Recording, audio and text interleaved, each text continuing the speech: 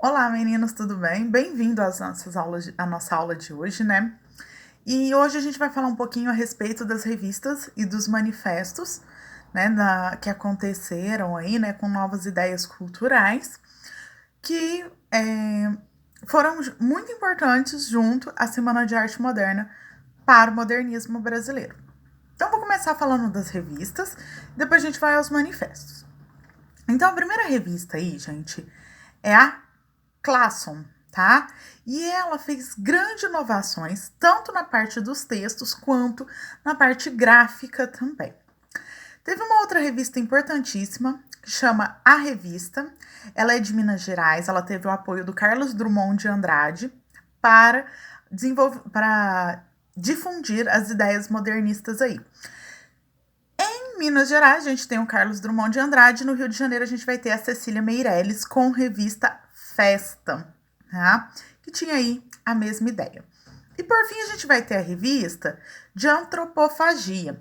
Essa revista ela surgiu aí, né, com o Oswald de Andrade e ela surge a partir do manifesto, né, do movimento aí, do manifesto antropofágico.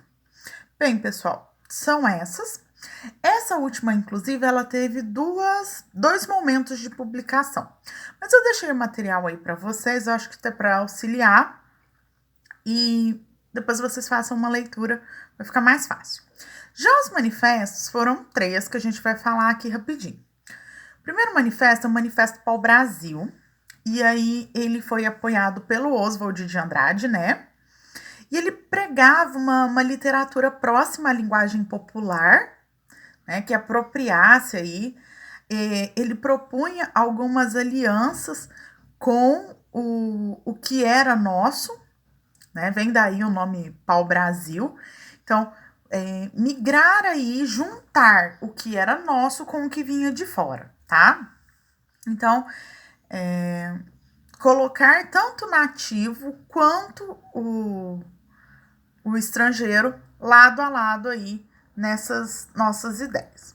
Bem, o próximo movimento é o movimento antropofágico ou movimento também antropófago. Vocês podem encontrar com esses dois nomes. Ele foi encabeçado também pelo Oswald de Andrade. E aí, pessoal, esse nome veio inclusive dos índios que realizavam a antropofagia. O que era isso? Eles comiam a carne dos seus prisioneiros, tá? Vem daí aquele mito de que índio come gente.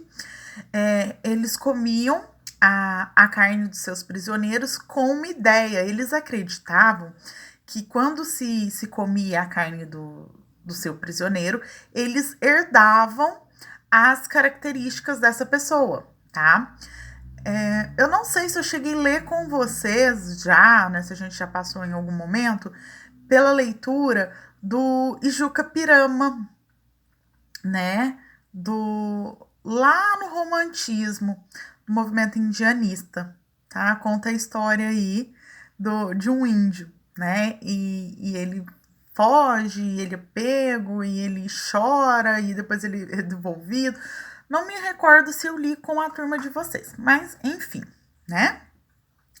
E aí, pessoal, só fazendo um parênteses, tá, gente? Porque esse é lá no romantismo, a gente tá falando de modernismo, mas é porque o texto tem a ver com essa questão da antropofagia aí. Então, ele acreditava o seguinte, né? Ele pregava uma imagem meio metafórica do sentido aí de que a gente tinha que pegar tudo que era do estrangeiro, né? Comer, mastigar aí, né? Deglutir e apropriar-se do que era bom, né? Do que a gente podia pegar como as coisas boas. E o que não fosse, a gente regurgitar, ou seja, o que é regurgitar? Vomitar, colocar para fora, né? E que a gente regurgitasse o que fosse ruim e somente se apropriasse do bom e criasse aí uma cultura de miscigenação.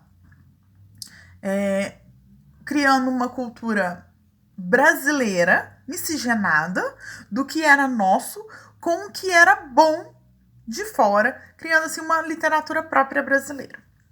Próximo manifesto que a gente tem aí é o Manifesto Verde e Amarelo. Ele é um manifesto em oposição ao pau-brasil, tá?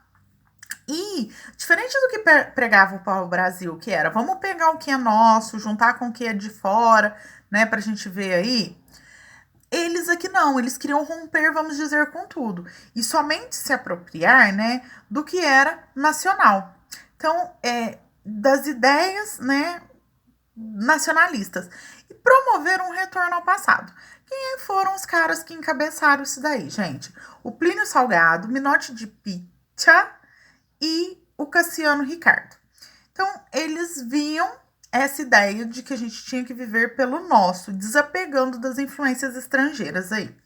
Eles utilizaram como símbolo do seu movimento a anta, que é um animal tipicamente brasileiro, né? E que foram totem, né, da raça tupi aí.